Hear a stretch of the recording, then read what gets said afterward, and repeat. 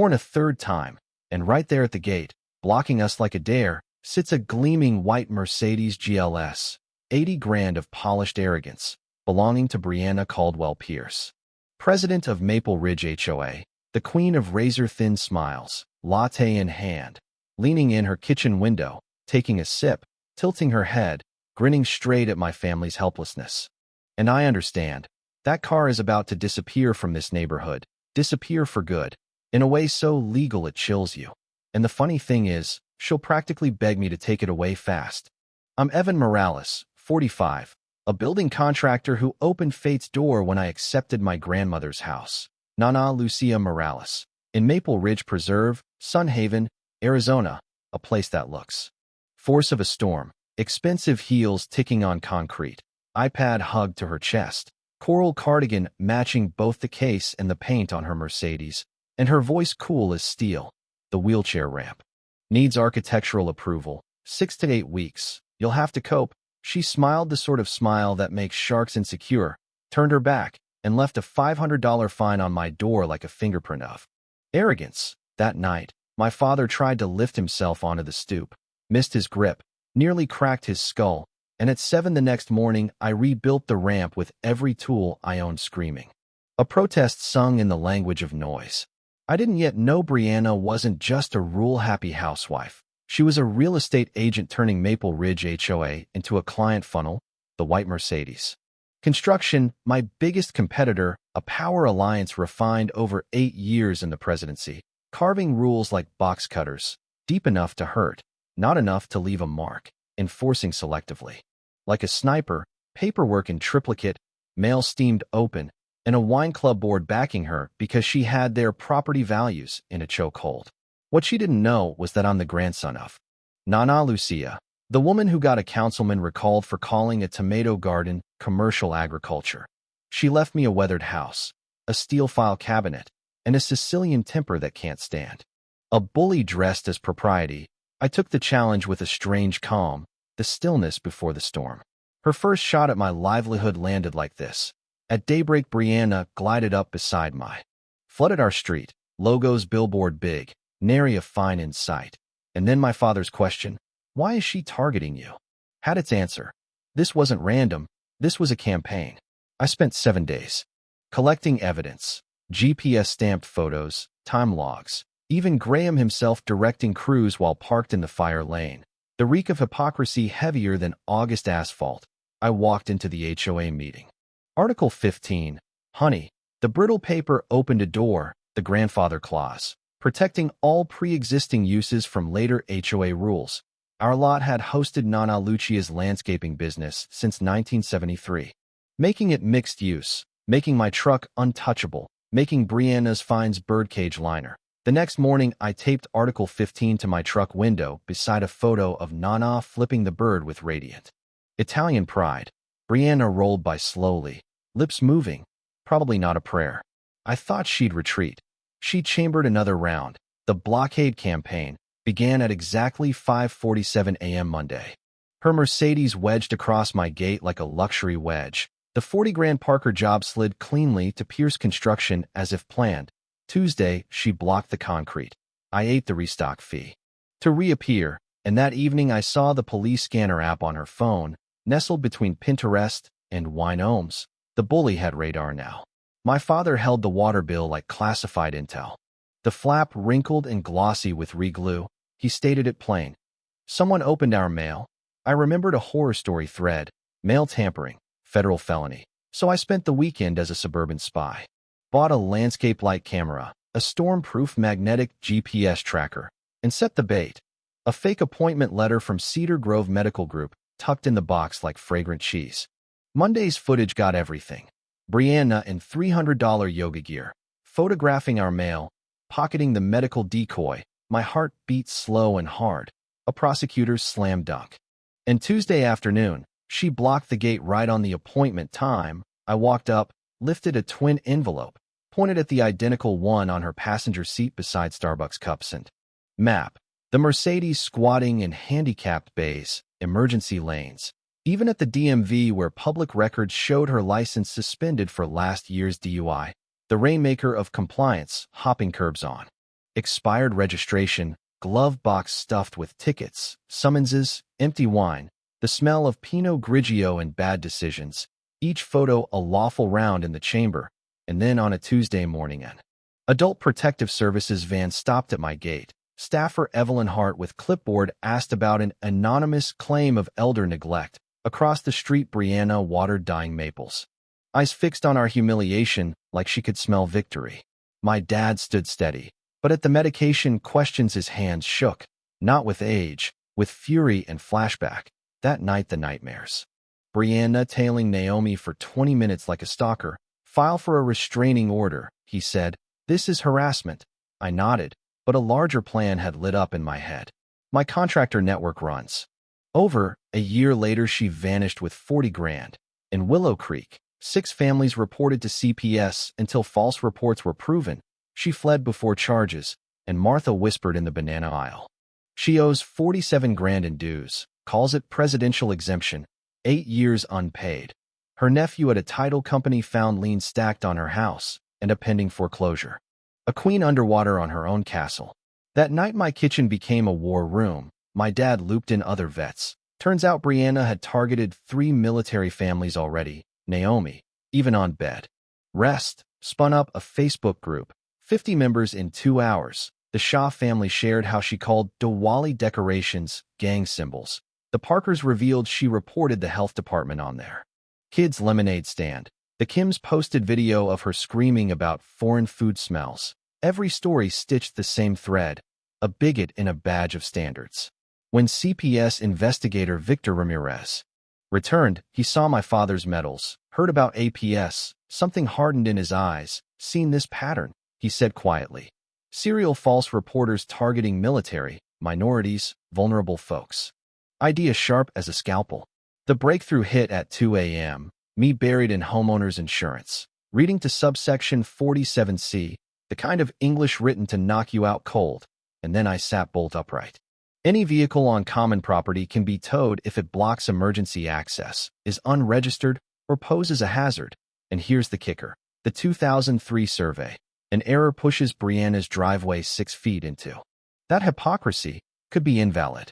I called Leo Vega, owner of Vega Towing and Recovery, my brother in everything but blood, the guy Brianna once called visual pollution. He laughed like fate had paid. It's Tab. We do this clean, cameras on, paperwork perfect, letter of the law, and best of all, where she loves it most. Under lights. State law says an expired registration on public property gets impounded on the spot. HOA bylaws, written by Brianna, require the president to enforce evenly.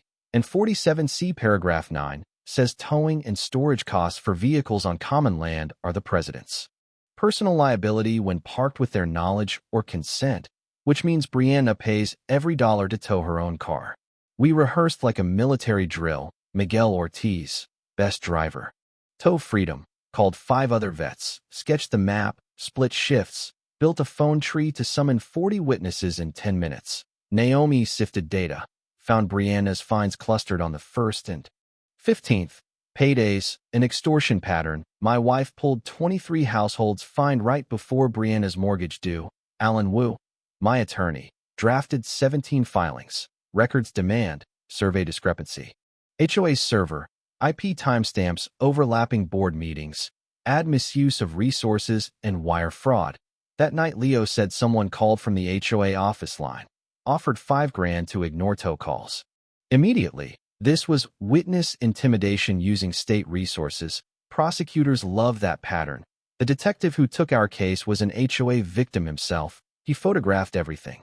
Property, the dictator's favorite habit. Legislate immunity. She skipped Robert's rules, wanted an instant vote. Dr. Arjun Mehta, the forensic accountant everyone respects, stood and said, 30-day notice required. Page 47, Section 3. Brianna flushed purple, screamed, emergency for safety. Martha asked, what emergency? The gala's been scheduled for months. The board voted 4-1-2. Kill all 3. Alan Wu rose, voice calm and nailed down. The gala is a public HOA event on common property. Every dues-paying member may record. Page 15, Section 8. You wrote it. Brianna fled like Smoke from a short, and we locked in the last texts. Batteries charged. Post set. Leo on standby. 3 TV crews confirmed. A night quiet as pre-fireworks. Gala morning. Brianna lit her dirtiest match. A blog Pine Ridge truth spread like brush fire, accusing me of abusing my father. An old PT photo photoshopped into a fall, with medication details only a male thief could know. My phone overheated with calls. Naomi cramping nonstop. Doctor threatening admission. 2 officers rang the bell for a welfare check after reports of screaming. Brianna idled in her car across. Dad and 71. They hugged on the porch like a movie. The younger one nodded, noting false reports eat time from real calls. They left me a card and a handwritten, "Call me when you catch who's doing." Voice flat. "I'm done." She wrecked our finances, our name, our marriage. This has it all. HOA transfers to personal cards, fake receipts, PI dossiers on neighbors, recordings planning false CPS. Reports, his hand shook.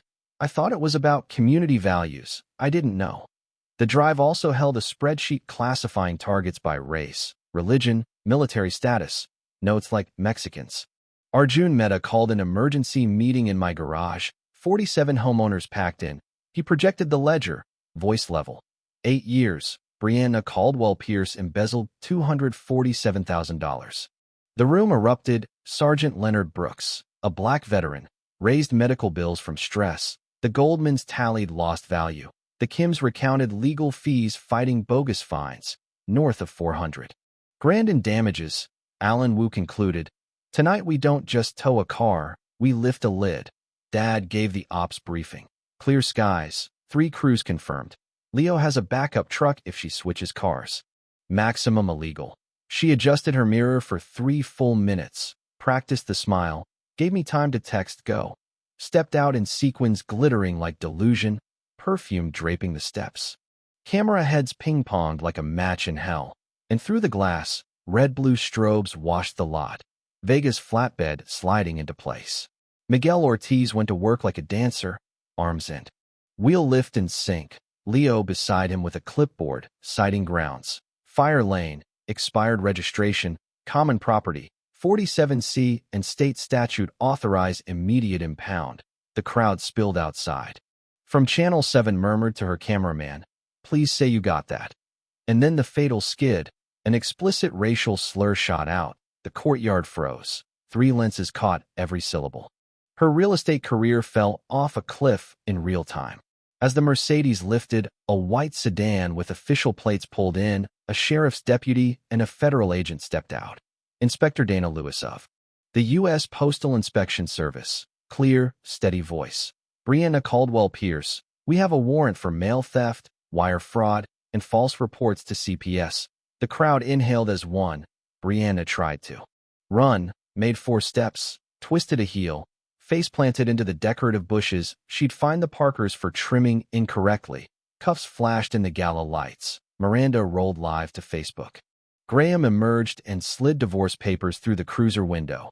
"You've been served, and yes, I'm keeping the house per the criminal conviction clause." Camera 17 captured the face. Renaissance-grade karma.